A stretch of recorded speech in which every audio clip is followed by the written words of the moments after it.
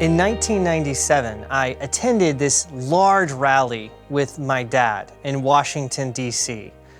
It brought together almost 1 million Christian men from states all over the country together for a whole day event that included speakers and singing and worship and a lot of time spent in prayer. For me, it was really a remarkable experience. It was one of the largest gatherings of any kind ever held on the National Mall. It was a historic event.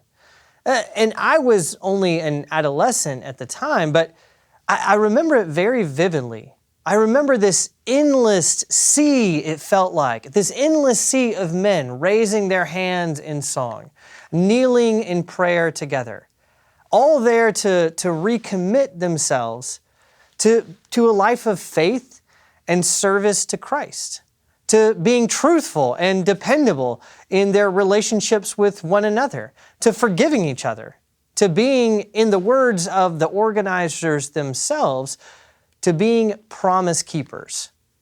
You might have heard of this organization before. If you were a Christian man at that time, you may very well have attended one of their events. Promise Keepers was an organization that was started in 1990 by this former football coach, Bill McCartney. And he began this organization that started holding large rallies for Christian men. Now, the one I attended in Washington, D.C. in 1997, that was unquestionably their largest event that they ever did. But they had others that were very highly attended before and even after that. Promise Keepers itself was a really fascinating movement for a variety of reasons. One thing was Promise Keepers was successful at gathering large groups of men for a serious religious event. Men are often seen as less religious and less committed to religious events than women. So in and of itself, just getting a bunch of men together, that was an achievement. Promise Keepers was also, on the one hand, a very strongly conservative, a culturally conservative movement, but it was also one that was very outspoken and very focused on the problems of racial division and racial reconciliation.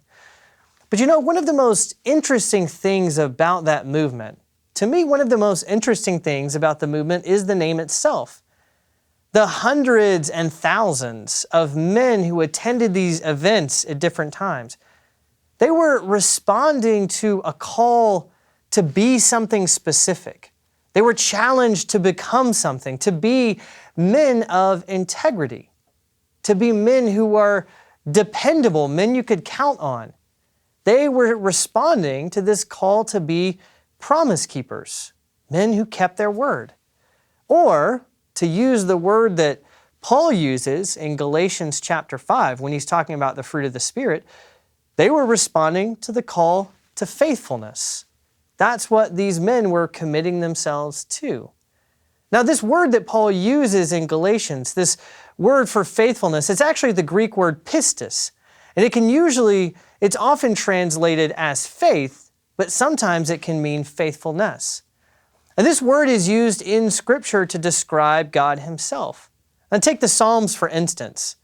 In Psalm 25, verse 10, we read, "All the paths of the Lord are steadfast love and faithfulness for those who keep His covenant and His testimonies."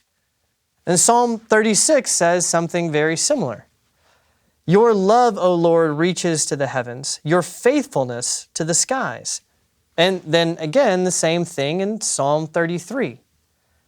"For the word of the Lord is upright, and all His work is done in faithfulness." Well, the faithfulness of God, it's not just something the Psalms talk about. It's also something that Christians regularly sing about. You'll probably be familiar with that great American hymn, "Great is Thy Faithfulness." It was written in 1923 by an American hymn writer named Thomas Chisholm. And he was writing it and in response and sort of in being inspired by the words of Lamentations, chapter 3, verse 22 and 23, which say this, "The steadfast love of the Lord never ceases. His mercies never come to an end. They are new every morning. great is your faithfulness. Great is your faithfulness, we read in Lamentations. Or to use the King James Version, great is thy faithfulness. This is a beautiful statement, and it's a very stirring hymn. But what exactly does it mean to describe God as faithful?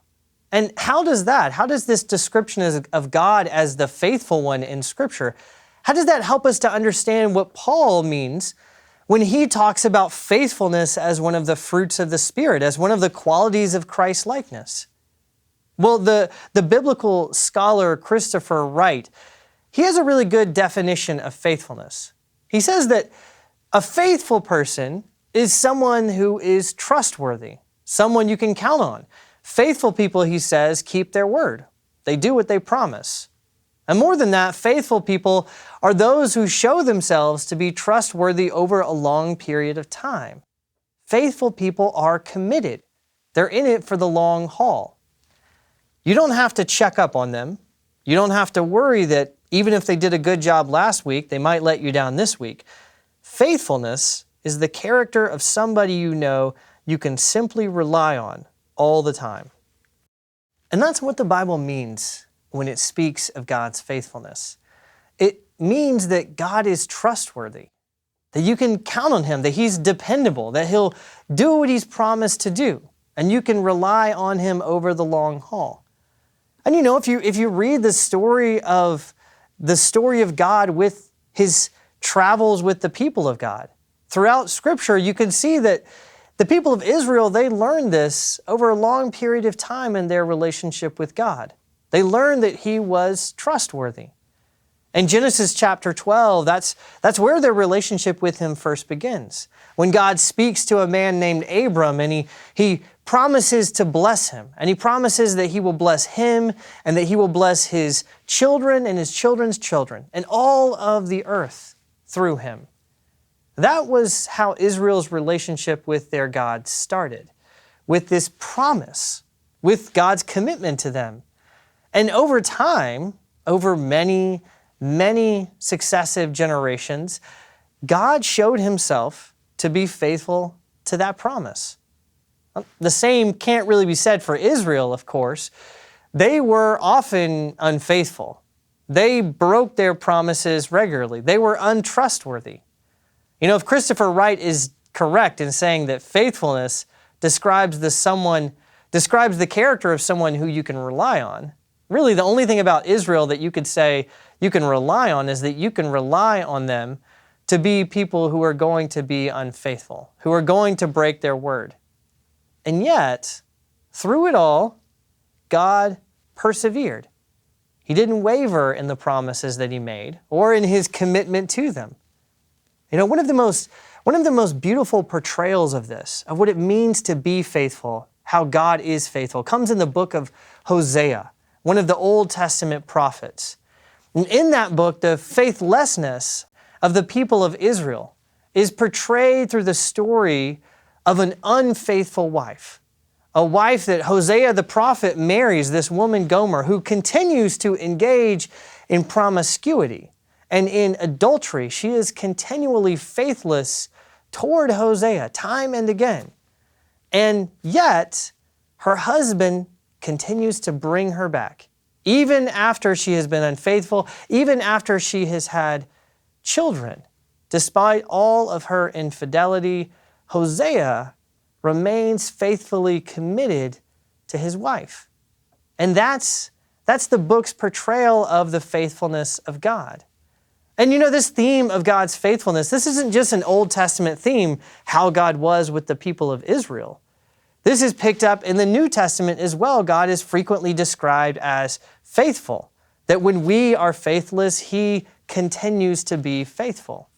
In fact, the New Testament says that it's actually in the death and resurrection of Jesus, that's where we see the clearest picture of what it means for God to be faithful. Because it is in and through Jesus that we see just how far God was willing to go to keep the promises that He made to His people. As Paul puts it in 2 Corinthians chapter 1, verse 20, For all the promises of God find their yes in Him. God is faithful.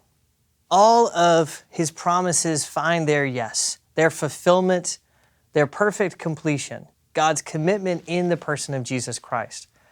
Unfortunately, I have to say, we now live at a time when this quality of faithfulness, it seems to be in short supply. You could tell that that's true just if you pay attention to how little trust people feel toward one another these days. There's a very extensive social study that's conducted on a regular basis by the University of Chicago called the General Social Survey. They've been doing it since 1972. And it has shown, recent iterations of this General Social Survey have shown that we Americans now feel more distrust toward our institutions and toward our leaders and even toward one another than we ever have. And among younger people, this distrust is only higher. In fact, in one study taken several years ago, only 19% of millennial generation people, only less than 1 in 5 of them, said that they thought that most people could be trusted. And 71% of those surveyed said that they thought that most people would take advantage of you if they had the opportunity. And that's a sad commentary on where we are as a country, because it means that we've really lost trust in each other. We've lost faith in each other's ability to be faithful. We don't believe that people are trustworthy, that we can count on them, that they will tell the truth or keep their promises. Evidently, there are a great many people today, and maybe you're one of them. There are a great many people who simply do not believe that they can rely on the people around them. And an attitude like that kind of distrust, it has serious consequences. As David Brooks, the New York Times columnist, put it in a recent article that he wrote, when people in a church lose faith or trust in God, the church collapses. When people in a society lose faith or trust in their institutions and in each other, the nation collapses. So that's what faithfulness is. And that's why it's important. To be faithful is to be like God, to be dependable, to be trustworthy, to be committed, a person that can be relied on over the long haul. And without faithfulness, trust begins to erode, and people become cynical and self-reliant. What can we do about this? How can we respond? How can we live out the call that is on our lives as Christians to be people who are characterized by faithfulness? Well, the first thing that we need to keep in mind is that faithfulness itself, faithfulness begins with faith. Now, as I said earlier, the word that Paul uses in Galatians, this word that we translate as faithfulness, it can also simply mean faith. And there's a reason that those two concepts are so closely related to one another. In order to become a trustworthy person, someone that others can count on, you have to first be a person who knows how to trust. And as Christians, of course, the primary way that we learn to trust is by being reminded again and again, just as Israel was, to be reminded again and again about the trustworthiness of God Himself. Now, that's one of the reasons that we gather together for worship every week. We gather together to retell the story of God's faithfulness. We gather together to go up together and to receive the pledge in our hands, the pledge of His promises to us in the bread and wine of the Lord's Supper. And as we do this, week in and week out, our faith is reinforced. And we learn how to trust and how to depend on God, this God who keeps His promises, this one whose every promise is yes in Jesus Christ. And you know, that trust, that in turn is what makes it possible for us to be trustworthy in our relationships with other people. Because we know that we can count on God, because He is faithful, that frees us not only to be faithful in obedience to God, to pledge Him our allegiance because we can count on Him, it also actually frees us to be faithful to one another. But that's not all. Faithfulness begins in faith. It's why faith and trust is so important. But it doesn't end there. Faithfulness also shows itself through commitment. Commitment seems to be an increasingly unpopular word these days. And maybe that shouldn't come as a great surprise to us. I mean, there's been a lot of change in our society. After all, it wasn't that long ago that most people's lives were pretty strongly defined by these long-term commitments that they had to people and places, often that really they didn't even choose. Long-term commitments to jobs and to coworkers, commitments to neighbors and to family, to spouses, and even to their churches. But now we are in a much more mobile society. We move around a lot. Now that's less and less the case. Now it's far more common for someone to work for multiple companies over their lives and move around than spend a career investing in a single company or the single group of coworkers. And now that people move cities and they move houses more often, our commitments to our neighbors become less necessary and really more disposable. And the same thing goes even for our romantic relationships. Marriages are less permanent than they once were. They can't be counted on as much. And younger generations who've experienced those kind of broken marriages, they often feel more and more averse at really expressing any kind of clear commitment whatsoever to their romantic partners. In fact, I was reading an article about this recently. Many young people have started avoiding the word dating altogether, simply because to speak of dating implies a level of commitment that they'd rather avoid. It's more common now for young people to simply say, well, we're seeing each other, or we have a thing, and just leave it at that. And of course, we do the same thing with our churches. You can call it church shopping or church hopping. You can call it whatever you want. But commitments to church life, they're not what they once were. You know, back when people just went to whatever closest church belonged to their denomination, they had to learn how to be faithful, even when other people disappointed them. But now when the church disappoints us, many of us, we just choose to leave, go find a new group of people.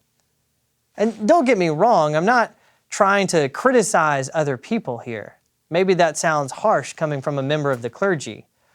I know what this aversion to commitment feels like. I see it in myself all the time. I see it in my hesitation to put things on my calendar with people. I see it even in the way I relate to my kids. You know, my children, they're always asking me to do things with them. Always asking me, Daddy, can we do this or that? And they want to know when. When can we do it? And truth be told, more often than not, I find myself giving them very non-committal answers. Maybe, I say, when they ask me. And then when they ask me when, I don't know, we'll see. Now, sometimes it's because I really don't know, but most of the time, if I'm honest, it's just because I don't want to commit myself to something. Because if I don't make any promises, then I don't have to worry about keeping any promises. But that's not good for my children. It doesn't encourage them to have faith in me, to learn to trust in me, to trust in my word, to depend on me. And it certainly doesn't, for me, resemble what it means to live like Christ. God was not afraid of committing himself to people or making people promises. In fact, you could say that's what God does best. He commits himself. He makes promises. He pledges himself to do something. Promises that we can trust. And because we can trust him to keep his promises, because we don't have to worry about whether he'll change his mind, you and I, we are actually free to do the same, to commit ourselves to other people in return. By the gift of God's own faithfulness to us, we too can live in this quality that Paul describes, this quality of faithfulness.